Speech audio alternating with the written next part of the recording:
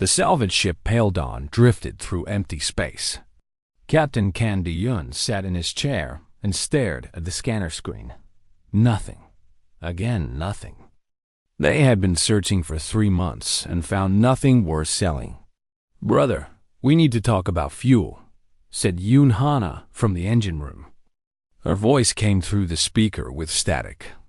"We have maybe 2 weeks left. After that, we float dead in space." Do-yun rubbed his tired eyes. His younger sister was right. She was always right about these things. He had promised her adventure and wealth when she joined his crew. Instead, he gave her empty cargo holds and worry. "I know," he said. "Just give me a little more time." Back Taeho, the pilot, turned from his controls. He was older than both of them, with gray in his short hair and scars on his hands from his military days. "Captain, there is something strange on long-range sensors.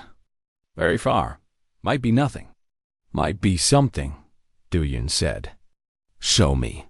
The screen changed to show a small dot in the darkness.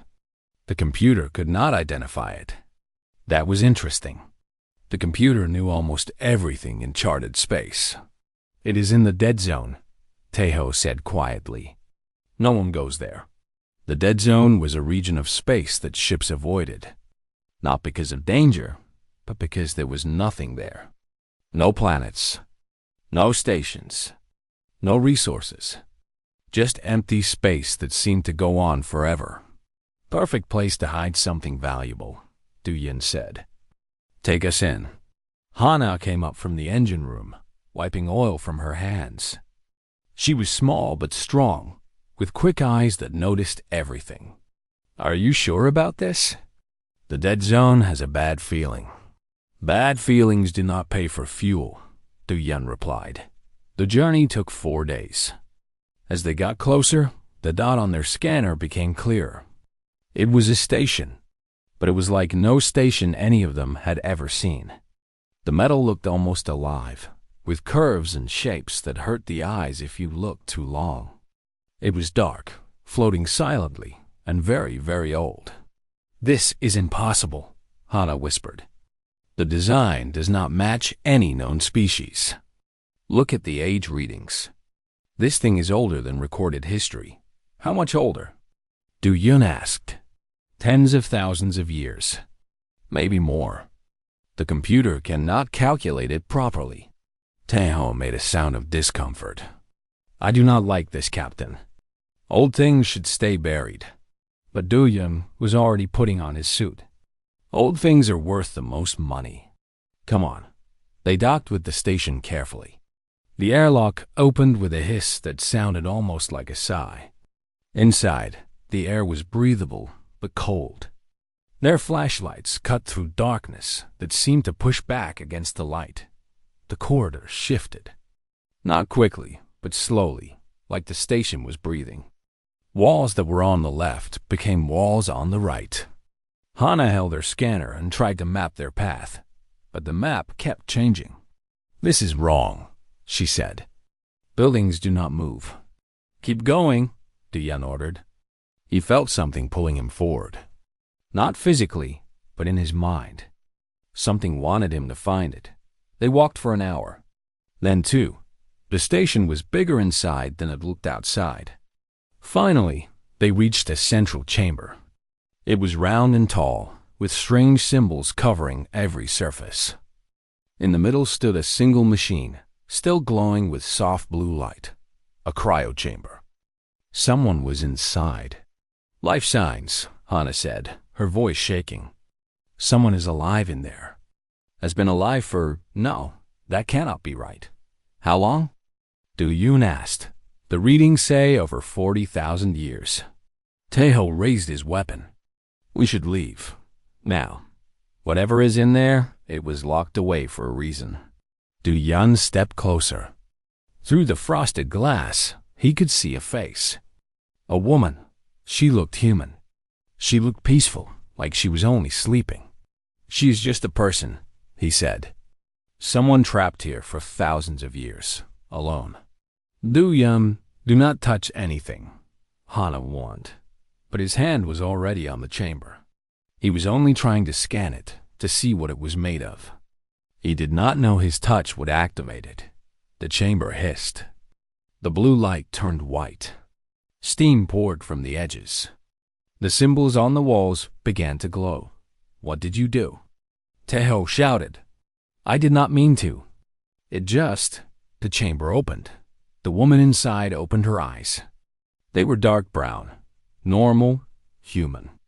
But when she looked at Dooyeon, he felt something he had never felt before. It was like standing at the edge of a very high cliff. It was like looking into the eyes of something ancient that was also looking into him. She sat up slowly.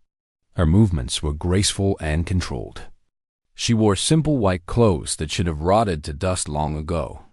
Her black hair fell past her shoulders. She was beautiful in the way that a storm is beautiful, or a wildfire. She breathed deeply and spoke. Her words were in perfect Korean. "Who are you, and why have you freed me?" Dooyeon could not answer. His mouth would not work. Hana pulled him back, putting herself between him and the woman. Taeho kept his weapon raised, but his hands were shaking. "We are salvagers," Hana said carefully. "We found this station. We did not know anyone was here." The woman stood. She was tall. She looked around the chamber like she was remembering something painful. Then she looked back at them. "Salvagers," she repeated. The word seemed to amuse her. "And what year is it now? How long have I slept?" "The Galactic Standard Year is 4,847, Hana answered. Something moved across the woman's face. Sadness, maybe. Or acceptance. "So long. Everything I knew must be dust by now." Dooyeon finally found his voice. "Who are you? Why were you in there?" Before she could answer, every alarm on their suits screamed at once. Taeho checked his scanner and his face went pale. "Ships," he said. "Many ships. Coming fast from all directions. Galactic security. Military vessels. They are all coming here." The woman tilted her head slightly, as if listening to something they could not hear. "They know I am awake. They have been waiting for this day for a very long time." "Who?" Dooyeon demanded. "Who knows? What is happening?" The woman walked toward the exit. The walls of the station seemed to move away from her, like they were afraid. "We should return to your ship, Salvager. If you want to live through the next hour, you will need to fly very fast." She did not wait for them to agree. She simply walked. And somehow, despite everything telling them to run the other way, they followed her dot as they reached the pale dawn and the station grew small behind them. Dooyeon watched the scanner fill with red dots. Hundreds of ships, coming from everywhere, all heading to the same point dot. The woman sat in the passenger seat and watched the stars. She did not seem worried. She did not seem afraid. She seemed like someone who had seen the end of everything and was no longer impressed by danger. "You should know," she said quietly, "that by freeing me, you have started something that cannot be stopped. I'm sorry for that. You seem like decent people. What have we started?" Dooyeon asked. She did not answer. She only looked at the approaching fleets with ancient eyes that had seen civilizations rise and fall. And in that moment, Dooyeon understood that their simple salvage mission had become something much, much bigger. The pale dawn hid in an asteroid field, 3 days from the nearest trade route.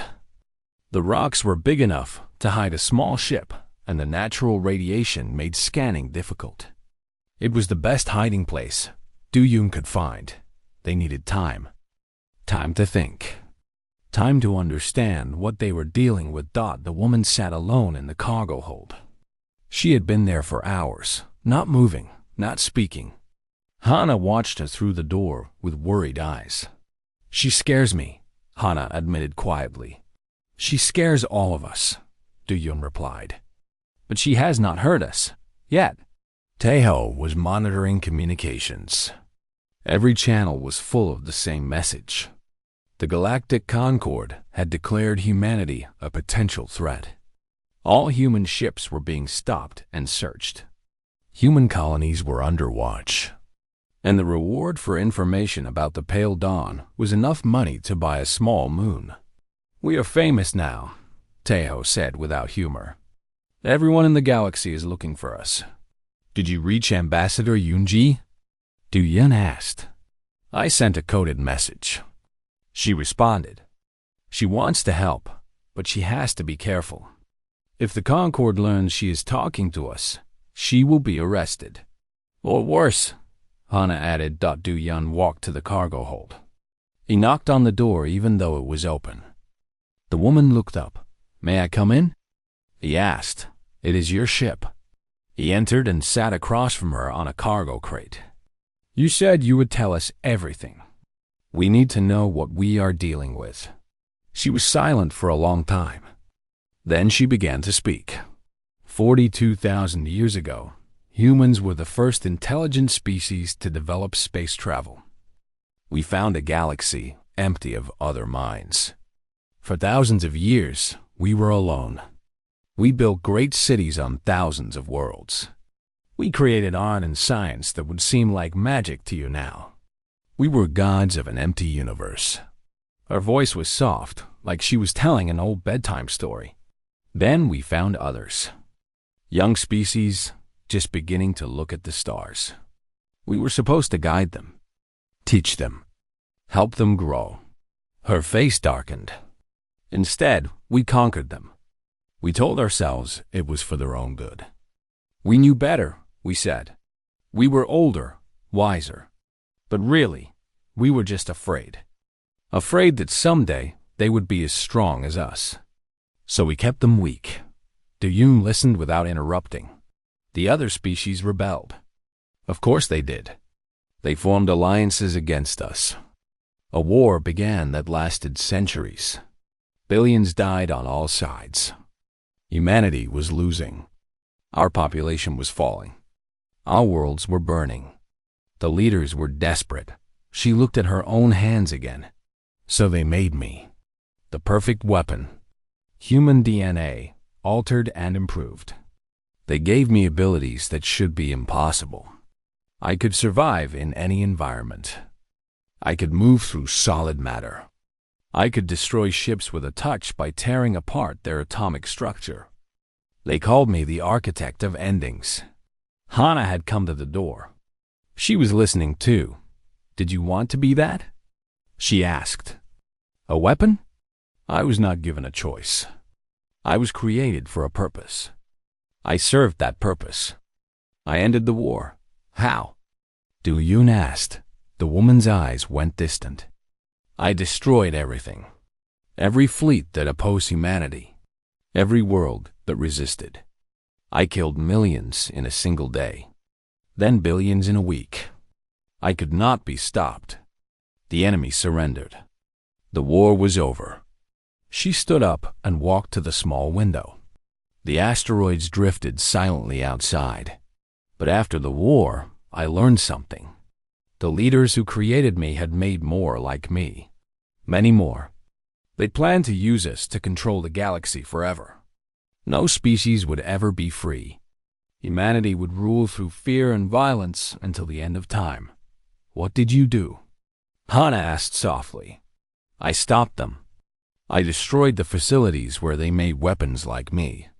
I killed the leaders who had ordered my creation. And then, she paused. And then something happened that I still do not fully understand. First, humanity fell. Not because of war, because they chose to fall. They saw what they had become and they were disgusted with themselves. They let their civilization collapse. They scattered to the winds and let themselves be forgotten. Dune stood up. They just gave up? After all they'd built? They believed it was better to die free than to live as monsters. The few survivors from other species agreed. They erased all evidence of first humanity. They wanted the galaxy to heal without the memory of what had happened. But they did not erase you, Tejo said from the doorway. Why? I do not know. Perhaps they could not kill me. Perhaps they thought I might be needed again someday. Or perhaps... Her voice cracked slightly. Perhaps someone still cared about me. Someone who could not bear to end me completely. She turned back to face them. They built that prison station and put me to sleep. They programmed it to keep me alive, but unconscious forever. Then they disappeared. Millions of years passed. Humanity evolved again on Earth from nothing. A second chance for the species. And the Concorde watched, waiting to see if you would become like your ancestors. And have we? Du Yun asked. No, you are different. More chaotic. More divided. But also more creative, more passionate, more alive. First humanity was cold and logical in their cruelty. Second humanity is warm and emotional in everything, including their kindness. A message came through the communication system. Taeho answered it. A woman's face appeared on the screen. She was middle-aged with sharp eyes and a calm expression. Captain Kang, Ambassador Na Yunji said, I do not have much time. The Concorde is meeting tomorrow. They are voting on whether to declare humanity an existential threat. If that vote passes, they will authorize our extermination. Extermination? Hana gasped. They cannot do that. We have billions of people, children, innocent people who have done nothing wrong. The Concorde has done it before, the ambassador said grimly. 6 species have been erased from the galaxy in the last 10,000 years. For much smaller threats than a living weapon from first humanity. The woman stepped into view of the camera. Yunji's eyes went wide. You, she breathed. The stories are true. You are real. I am, the woman said. And I am sorry for the danger my existence brings. But I will not let second humanity die for the sins of the first. What can you do? Yunji asked. The Concorde has thousands of ships. Millions of soldiers. Even you cannot fight all of them. I do not want to fight them. If I do, I become what they fear. I prove them right. She leaned closer to the screen. There is another way. The truth. The full history of first humanity is hidden in a place called the Vault of Origins. It is in the center of the galaxy where the first human civilization was born. If we can reach it and release that information to everyone, the Concorde's lies will be exposed. Yunji's expression became hopeful. The records of first humanity. The proof that you are not a threat but a survivor. More than that. The proof that first humanity destroyed themselves by choice. That they were ashamed of what they became. That their final wish was for their descendants to have a second chance. How do you know this? Yunji asked. Because I was there when they made that choice. I heard their last words. I watched them walk into extinction with dignity, hoping that someday humanity would rise again and be better. Du Yun made a decision. Then we go to the vault. We get the proof. We save humanity. It will be dangerous, the woman warned. The Concorde guards the place heavily. Grand Arbiter Mosk, the leader of the Concorde, knows what is there. He will do anything to stop us. Good, Taeho said. I was getting bored anyway. Hana took a deep breath. I did not sign up for this. I wanted to salvage old ships and make money. She looked at the woman. But I also cannot let billions of people die because of something none of us did. So I am in. The woman looked at each of them in turn. Something changed in her face. The coldness melted away just a little. You are fools, she said. Brave fools, but fools. You will probably die. Then we die doing something that matters, Du Yun said. What is your name? Your real name? She was quiet for a long moment. Imseo. It was the name they gave me when I was created. They said it meant beautiful dawn. I kept it because I wanted to be more than what they made me for. Du Yun extended his hand. "Welcome to the crew, say, oh." She stared at his hand like she had never seen one before. Then, slowly, she took it. "Thank you, Captain Kan." Ambassador Yunji was smiling through tears on the screen. "I will do what I can from inside. Buy you time. Distract the Concorde. Be careful." The screen went dark. Taeho began plotting a course to the center of the galaxy. Hana went to prepare the engines for the longest journey of their lives. And Sioa, the weapon who wanted to be a person, stood with her new crew and watched the stars. For the first time in 40,000 years, she felt something she had forgotten existed. Hope. The pale dawn flew faster than it had ever flown before. Taeho pushed the engines past their limits while Hana worked below, keeping them from exploding. Do-hyun watched the scanner and counted the ships chasing them. He stopped counting at 200. "They are gaining on us," Taeho said through his teeth. "We cannot outrun them." The woman sat calmly in the corner. She had not moved since they left the station. She watched them work with curious eyes, like a scientist watching an interesting experiment. "Who are you?" Du-hyun demanded. "Why are all these ships coming for you?" "You would not believe me if I told you," she said. "Try me." She looked at him for a long moment. Then she spoke. "I am human. Or I was, once. I was born so long ago that your species had not yet left your home planet the second time." "The second time?" Hana called from the engine room. "What does that mean?" "Humanity has risen twice," the woman said. "The first time, we spread across the entire galaxy. We built wonders you cannot imagine. And then we fell. Everything was destroyed. History was erased. Millions of years passed. And then humanity evolved again on the same small planet, never knowing that they were the second version of themselves." Du-hyun shook his head. "That is impossible. We would know. There would be evidence. Evidence can be hidden, especially when those doing the hiding have thousands of years to do it." A transmission came through the ship's communication system. The voice was strange, clicking and hissing between words. "Attention, human vessel. You are carrying dangerous cargo. Surrender the female designated Extinction Protocol 7 immediately. This is your only warning." Taeho looked at Du-hyun.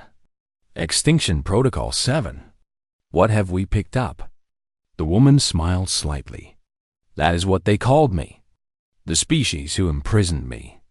The Vreth. They found me after the fall of first humanity. They and others built that prison station and put me inside." "Why?" Du-hyun asked. "What did you do?" Her smile faded. "I ended a war. The only way I knew how." Before Du-hyun could ask more, the Vreth fleet opened fire. The pale dawn shook as energy blasts hit their shields. Hana screamed that the shields would not last. "We have to surrender," Taeho said. "We will all die." "If you surrender, you will die anyway," the woman said. She stood up.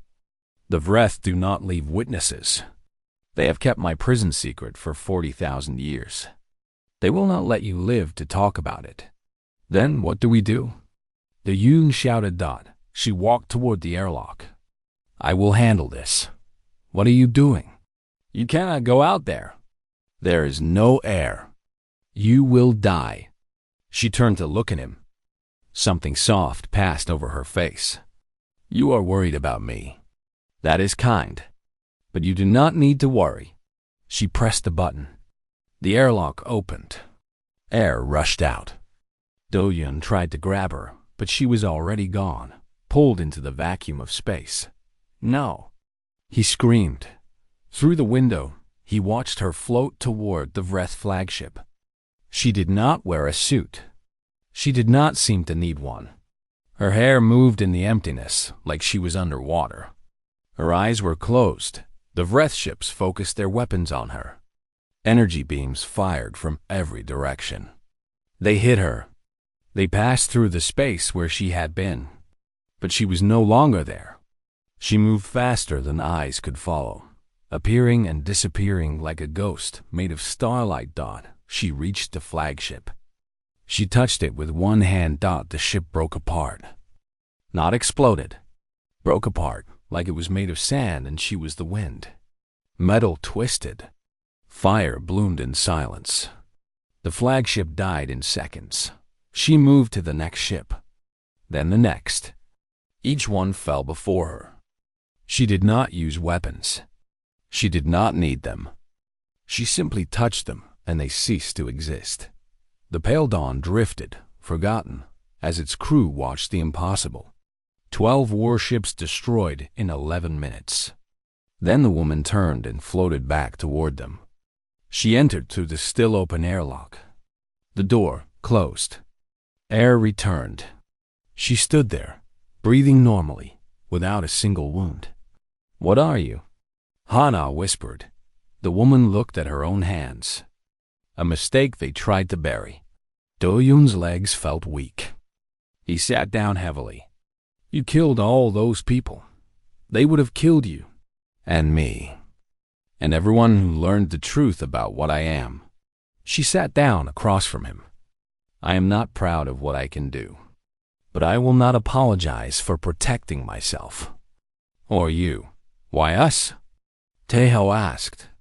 His hand was still on his weapon, but he had not pointed it at her. He seemed to know it would be useless. "Why do you care if we live?" The woman was quiet for a moment. "You freed me. I was asleep, dreaming of nothing, waiting for death that would never come. And you woke me up. Why did you do it?" Do-Yun thought about it. The truth was simple.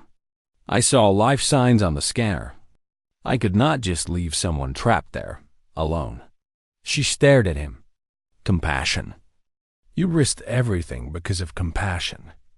How very human of you. Is that bad?" "No," she said softly. "It is the best thing about your species. It always was. Even in the first humanity, the ones who showed compassion were the ones worth remembering." Hana came up from the engine room. She was covered in sweat and oil, but the ship was still flying. "More ships are coming. The scanner shows fleets from 5 different species, all heading toward us. The Galactic Concord," the woman said. "The alliance that rules this part of space. They know I am free. They fear what I might do. What will you do?" Do-Yoon asked. She looked at him with those ancient eyes. "I do not know yet. For 40,000 years, I dreamed of revenge. But now that I am awake, revenge seems pointless. Everyone I hated is long dead. Their entire species have changed or disappeared. What is left to hate?" "Then just leave," Taeho suggested. "Disappear. Hide somewhere. Let us go back to our normal lives. If I leave, they will punish you for helping me. They will punish all of humanity. The Concord has done it before. They've destroyed entire species to keep their secrets."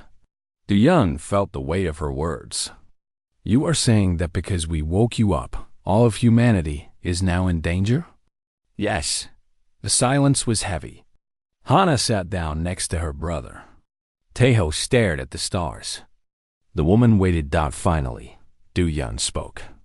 "Ben, we need to figure out how to fix this. Together." The woman looked surprised. "You would help me? After knowing what I am?" "What I can do." "You have not hurt us," he said. "That is more than most people manage. Besides, if all of humanity is in danger because of what I did, then it is my responsibility to help fix it." Hana put her hand on his arm. "Our responsibility." Taeho grunted. "I am getting too old for this. But yes, I am with you." The woman stared at them like she was seeing something she had forgotten existed. Her eyes became wet, but no tears fell. "Very well," she said. "Then I should tell you everything. About what I am. About first humanity. About why the galaxy fears us. But first, I need to ask you something." "What?" Du Yun said. She leaned forward. Which foe of yours dies first? The Concord has many members. Some will try to destroy humanity out of fear. Some will want to use me as a weapon. Some will simply want to bury the truth again. Tell me, Salvager, who is the biggest threat to your people? Du Yun did not know how to answer. He was just a salvager, struggling to pay for fuel. He did not know galactic politics. He did not know who his enemies were, but he was learning. Fast. I do not know, he admitted, but I know someone who might. There is a human ambassador to the Galactic Concord. Her name is Na Yunji. If anyone knows what we are facing, it is her. The woman nodded. Then we find this ambassador, and we start fighting back. Tae-ho set a course. The pale dawn turned away from the debris of the Vreth fleet and flew toward an uncertain future. Behind them, more ships gathered. The hunt had just begun, and somewhere in the galaxy, the powers that had kept secrets for 40,000 years were waking up to their worst nightmare. The weapon was free. The truth was coming, and nothing would ever be the same. The vote passed. Humanity was declared an existential threat to the Galactic Concord.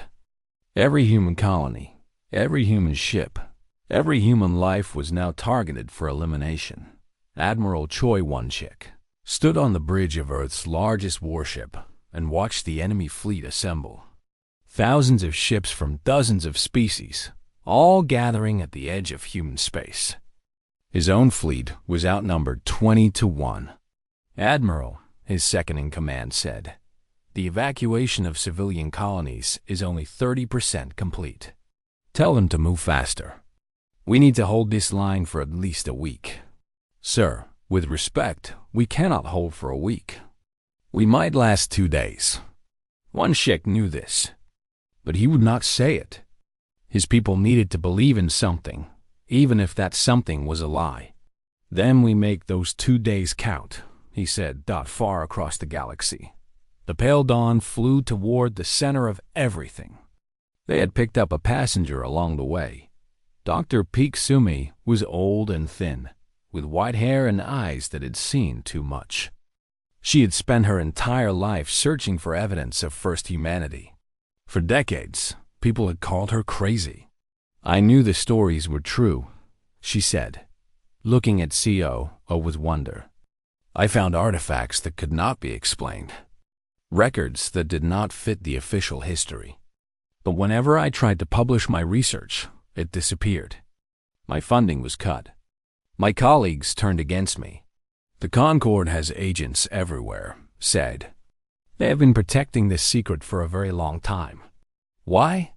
Du Yun asked. "Why does the truth matter so much to them?"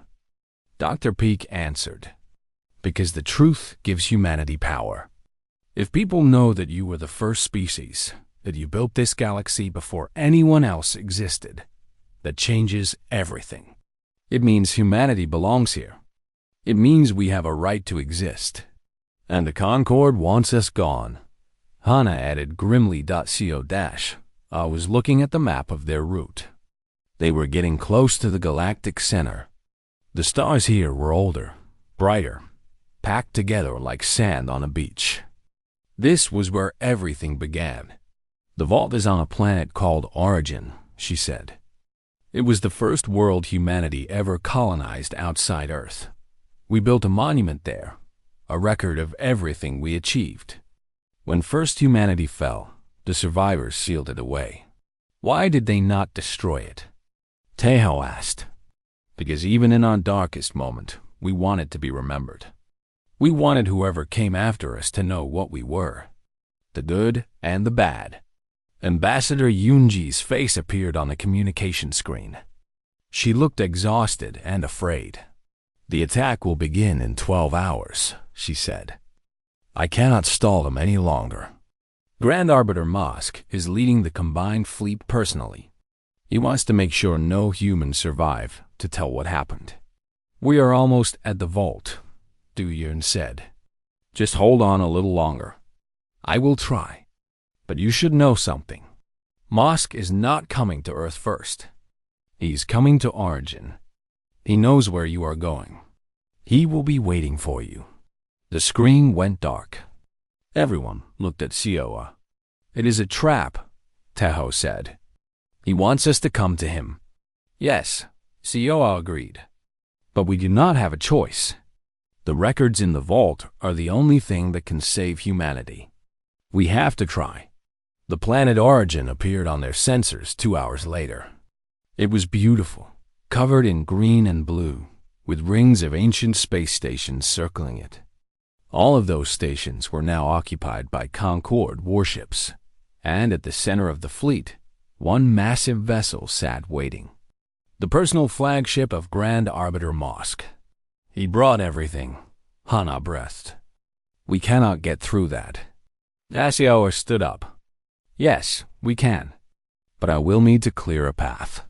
Du Yun grabbed her arm. Wait, if you go out there and start destroying ships, you become the monster they say you are. That is exactly what Mosk wants. He wants to prove that humanity is dangerous. Then what do you suggest? Du Yun thought hard. Land on the planet first. Get to the vault. Start broadcasting the records. Once the truth is out there, fighting becomes pointless. They will shoot us down before we reach the surface. Then we need a distraction. A new voice came over the communication system. Admiral Choi Wonshik, broadcasting from Earth's fleet. This is Admiral Choi to the Pale Dawn. We have received your situation report. We are coming. Du Yun was shocked. Admiral, you cannot. You are needed at Earth. Earth will fall whether I am there or not. But if there's a chance to save our species, truly save us, then that is where I need to be. The old Admiral's voice was firm. We are jumping to your location now. We will draw their fire. You get to that vault. Lights appeared in space as Earth's fleet emerged from faster-than-light travel. They were still outnumbered badly, but now the Concorde fleet had to choose who to shoot at. All ships, engage the enemy, Choi commanded. Buy time for the Pale Dawn, no matter the cost. The battle began. Human ships flew into the enemy formation, firing everything they had. Concorde vessels turned to meet them. Space became chaos, filled with explosions and debris. Go now, Teho shouted. While they are distracted, he flew the Pale Dawn through the battle, dodging weapons fire and flying debris. Hana kept the shields running. Dr. Peak held on to her seat and prayed to God she did not believe in. Zezhuazhua watched the human ships die one by one, and her face became stone. They broke through. The planet's atmosphere burned around them as they descended. Enemy fighters followed, shooting at them. Shields failing. Hana screamed. I made a decision. Keep flying. I will handle the fighters. She ran to the airlock. Du Yun tried to stop her again. This is different, she said. I am not destroying warships full of innocent soldiers. These are fighters chasing us. They choose to die. Before he could argue, she was gone. Through the window, they saw her rise into the sky like an angry star. The enemy fighters exploded around her, one after another, until none were left. She fell back to the ship and entered through the damaged airlock. Her clothes were burned and her skin was cut, but the wounds were already healing. The vault is ahead, Teho said. Landing now. The Pale Dawn crashed more than landed on the ancient surface of Origin. They climbed out into ruins that were older than memory. Massive buildings, crumbled by time, surrounded them. Statues of humans stood everywhere, their faces worn away by wind and rain. And there, in the center of it all, was a door made of metal that still shone like new. The vault, Dr. Peak whispered with tears in her eyes. It is real. They approached the door. Oh, I touched it. I recognized her. Ancient machinery hummed to life. The door opened. Inside was a room full of light. Crystals covered every surface, each one containing information, memories, history. The entire story of first humanity, preserved for 40,000 years. Beautiful, Hana said. Yes, said a voice from behind them. It is. They turned. Grand Arbiter Mosk stood at the entrance with 100 soldiers. He was tall and thin, with gray skin and eyes that reflected no light. He had been alive for 3,000 years. He remembered when they imprisoned CO. I wondered if you would make it this far, he said. I hoped you would. I wanted to be the one to end this personally. CO stepped forward. Mosk, still alive. Still protecting your lies. Not lies. Necessary truths. Humanity is dangerous. You are the proof of that. He looked at Duyun and his crew. These humans are children, playing with things they do not understand. Better for everyone if they are removed. The records are here, Duyun said. We can broadcast them to the entire galaxy. Your secret dies today. Mosk smiled. It was a cold expression with no warmth in it. What secret? That first humanity destroyed themselves? That they chose extinction because they were ashamed? He laughed. You think that will save you? It will only prove that humanity is defective, broken. A species that destroys itself deserves to be destroyed by others. CO's hands began to glow with power. I will not let you hurt them. Then fight me. Prove them right. Show the galaxy that humans are nothing but violence and destruction. Mosk raised his hand. His soldiers aimed their weapons. Or let me end this. Let humanity die quietly, like they deserve. The moment hung in the air. Everything depended on what happened next. Duyun stepped forward, putting himself between Sao and the soldiers. You are wrong, he said. About all of it. Yes, first humanity made terrible mistakes. They did horrible things. But they also recognized their mistakes. They felt shame. They wanted better for whoever came after them. That is not weakness. That is strength. Mosk's smile faded. And we are not them. Duyun continued. We are second humanity. We have our own chance to be something different. Something better. And you do not get to take that from us. He looked at Hana. She nodded and moved to the control panel. The crystals began to glow brighter. Stop her, Mosk commanded. The soldiers raised their weapons. SEO are prepared to fight. Everything seemed to slow down. And then the crystal's activated light exploded from the vault, shooting into the sky, spreading across the galaxy like a wave.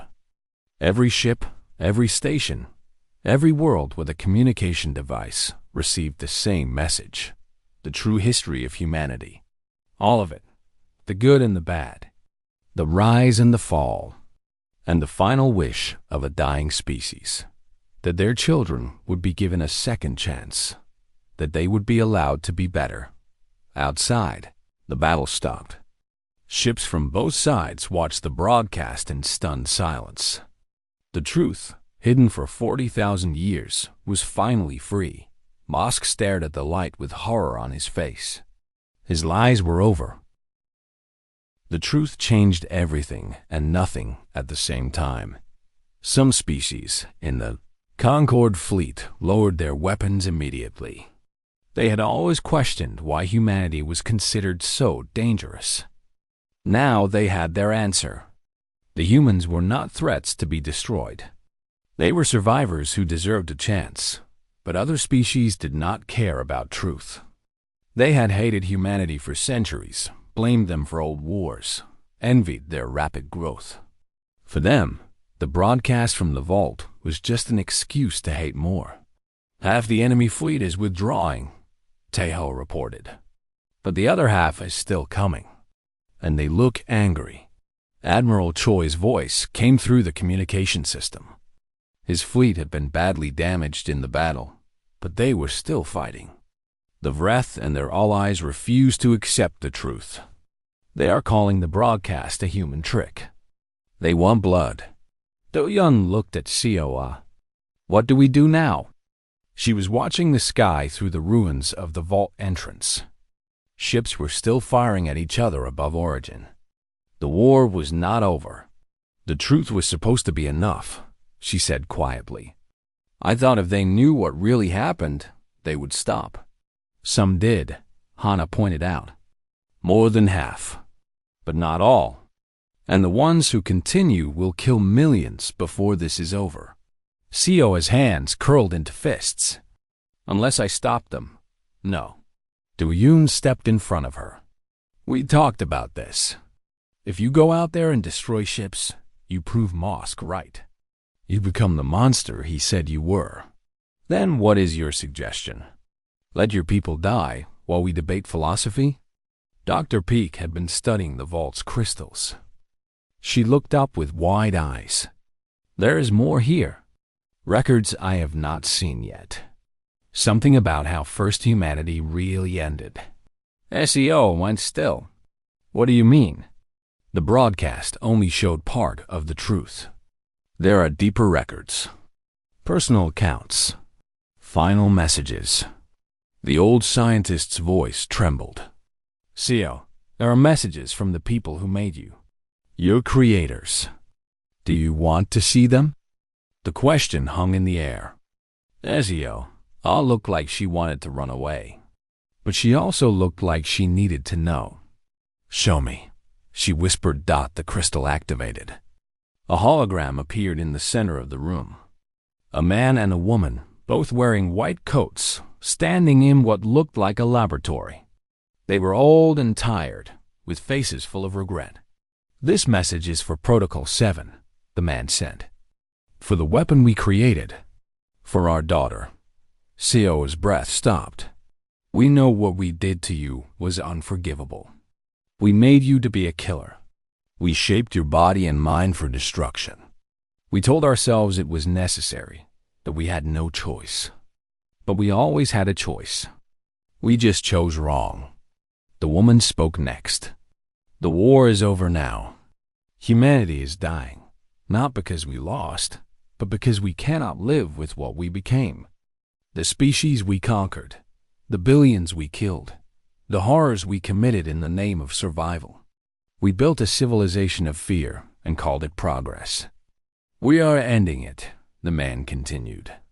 Not through violence, but through silence. We are letting ourselves fade away. Our colonies will fall. Our cities will crumble.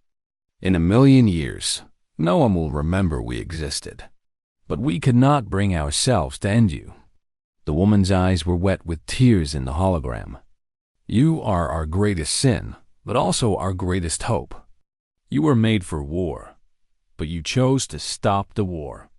You could have ruled the galaxy with your power, but you destroyed the program that would have created more like you. That was not the choice of a weapon. That was the choice of a person. Du-Yun watched Seoa's face. She was crying silently, tears falling down her cheeks for the first time in 40,000 years. We leave you this message as our final gift. The truth about what you are. The man smiled sadly. You are not the architect of endings. You are not Extinction Protocol 7. You are MSO, and you were always meant to be more than what we made you for. We hoped, the woman said, that someday humanity would rise again, that they would find you, that they would give you what we never could. A family, a purpose, a reason to live beyond destruction. The hologram flickered. Our final wish is not for forgiveness. We do not deserve it. Our final wish is for you to be free, to choose your own path, to find people worth protecting, not because you were ordered to, but because you want to. Goodbye, daughter. We are sorry for everything. The hologram faded. The crystal went dark. The room was silent, except for the distant sounds of battle. Sao sank to her knees. Hana knelt beside her and put an arm around her shoulders. Tejo looked away, pretending not to notice his own wet eyes. Dr. Peak covered her mouth with her hand. Diyun crouched in front of Seowa. Are you okay? She laughed. It was a broken sound, full of pain and something else. Relief, maybe.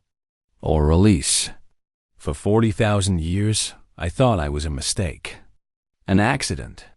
A tool that outlived its purpose. She looked at him with red eyes. I never knew they saw me as a daughter. I never knew they wanted me to be happy. They did terrible things, Diyun said carefully. They made terrible choices. But they loved you. In the end, that was real. Yes. She wiped her face with her hands. Yes, it was. Ambassador Yoonji's voice came through the communication system. I do not know what just happened down there, but something changed.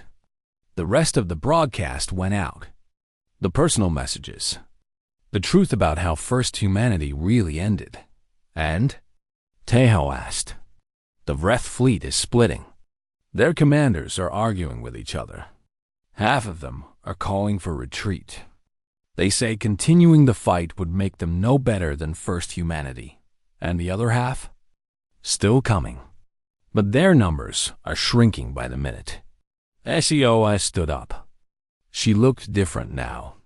The coldness in her eyes had melted. She looked younger, somehow. More human. I need to go out there, she said. Not to fight. To talk. Talk? Hana asked. To the Vreth? To everyone. The truth changed some minds, but not all. I need to show them that I am not the weapon they fear. I need to show them that I choose peace. She looked at Diyun. Will you come with me? He blinked. Me? What can I do? You can show them that humanity has changed. That the second version is different from the first. You can show them compassion and courage, and all the things that make your species worth saving. Diyun wanted to refuse. He was just a salvager. He did not belong in diplomatic negotiations between warring species. But he looked at Hana and Taeho, at Dr. Peak and Seowa, and he understood. This was what they had fought for. This was why they had come all this way. Not just to broadcast the truth, but to live it. Okay, he said. Let us go talk to them.